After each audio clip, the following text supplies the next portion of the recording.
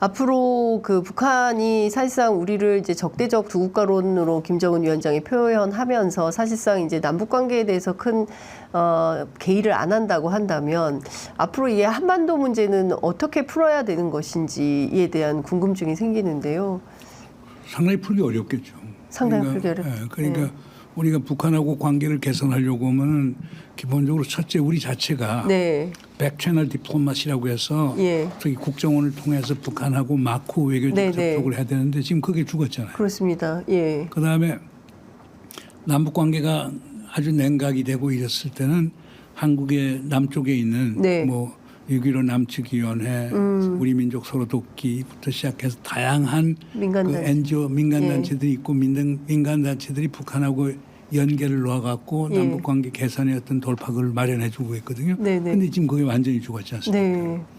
그리고 그것도 안 되고 하면은 그다음에 우리가 기댈 수 있었던 게 미국이 기댔단 말이에요. 네. 미국이 UN 채널을 통해 뉴욕 채널을 통해서 예. 북한하고 얘기했는데 지금 그것도 죽었다는 거예요. 예.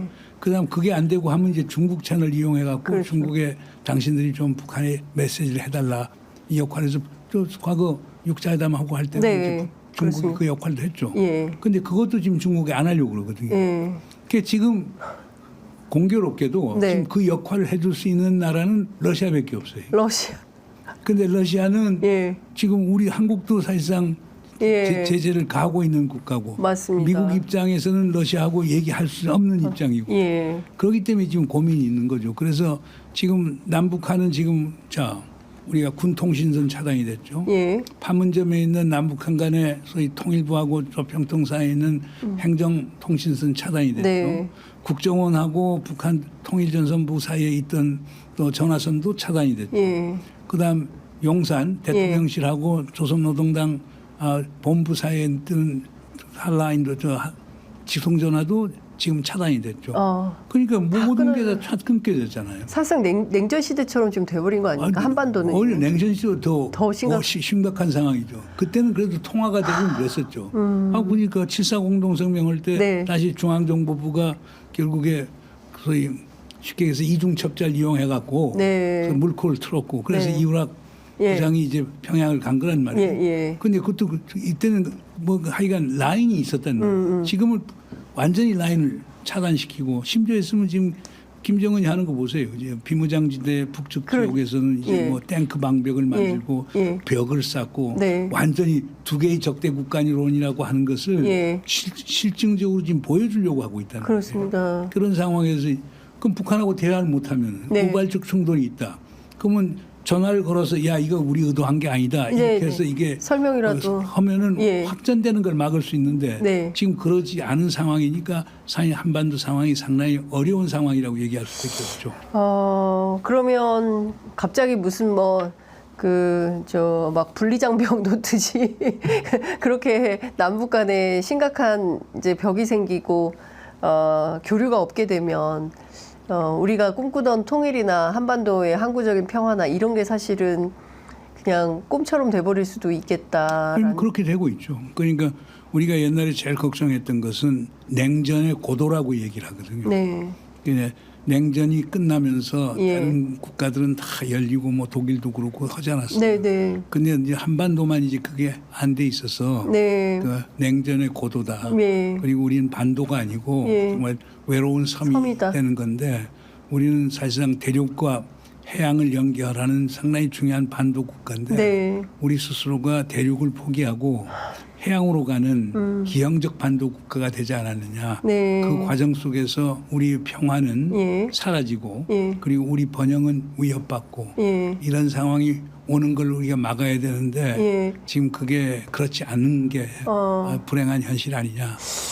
이렇게 볼 수 있죠. 일단 그 푸틴의 그 평양 방문과 관련해서 윤석열 정부의 책임은 없습니까? 예컨대 이 소위 얘기하는 가치 외교를 중심으로 한 윤석열 정부의 외교 노선이 오히려 그동안에 있었던 한러 관계를 오히려 경색시키고 북러 관계를 활성화시키도록 만든 어떤 그런 역할은 안 했을까요? 글쎄, 뭐 윤석열 정부가 거기에 유일한 변수라고 보진 않고요. 네. 기본적인 흐름 자체는 네.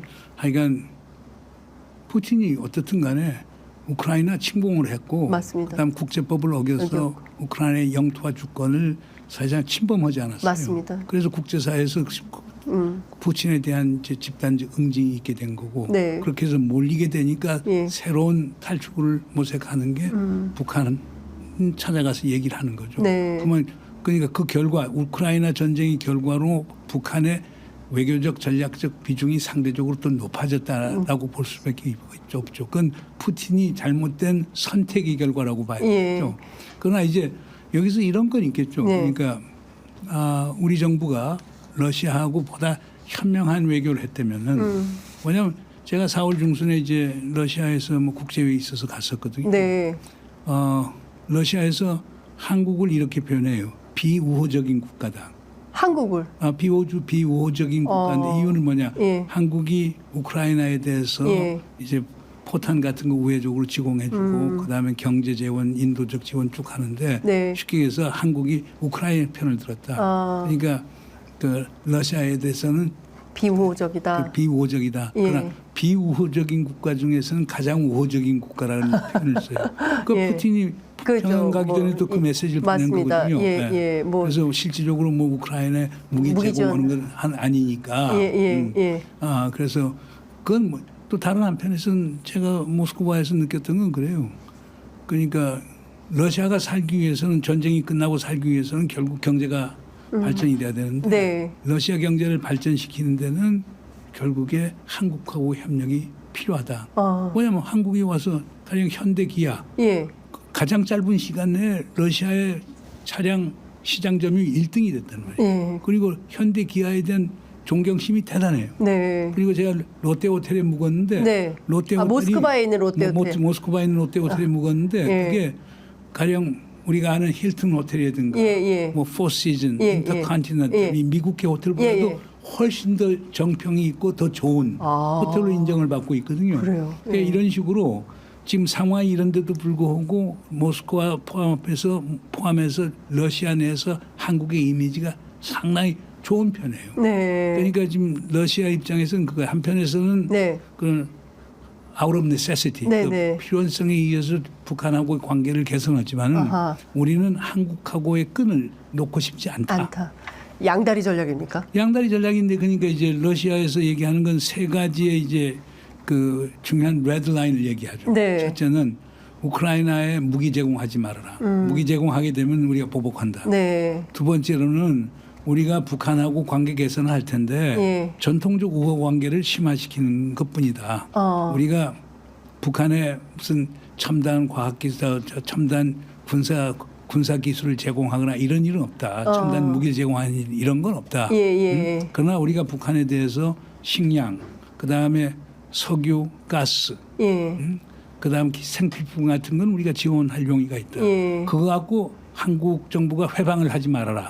그게 두 번째고 세 번째가 지금 한국이 미국 영향을 받아서 러시아에 대해서 다자 제재에 참여하고 있고, 네. 그다음에 유엔 안보리에서 그 전문가 패널 연장하는 거 러시아가 비토했다고 해서 한국 정부가 러시아에 대해서 지금 독자 제재를 가하고 있는데 여기에 신중을 기하라. 그러면서 일본에서 좀 배워라. 일본은 훨씬 유연성 있게 테러 제재를 가하고 있다. 네. 한국은 너무 미국을 따라갔다. 이런 얘기를 쭉 해요. 예. 그러면서 이제 한 예로 드는 게 볼쇼이 발레단 오는 게 무슨 정치적인 거냐. 그런데 그걸 우리 문화관광부가 결국에 그걸 취소를 해서 불허를 했다. 이런 거는 한러 관계에 상당히 부정적 영향을 미친다. 그러나 이번에 저 푸틴이 평양 가기 전에 그 연설문에서 얘기하면서 우리는 뭐 한국하고 좋은 우호적인 관계를 누리고 싶다라고 하는 것도 아마 그런 것들의 반영이 아닌가 봐요. 그러니까 우리 정부가 어떤 정책을 펴느냐에 따라서 우리가 얼마든지 모스크바하고 좋은 관계를 유지할 수 있고 그러면서 어떻게 보면 모스크 평양 관계의 어떤 그 폭과 깊이를 우리가 폭과 깊이에 영향을 미칠 수 있지 않을까 이런 생각도 해봅니다.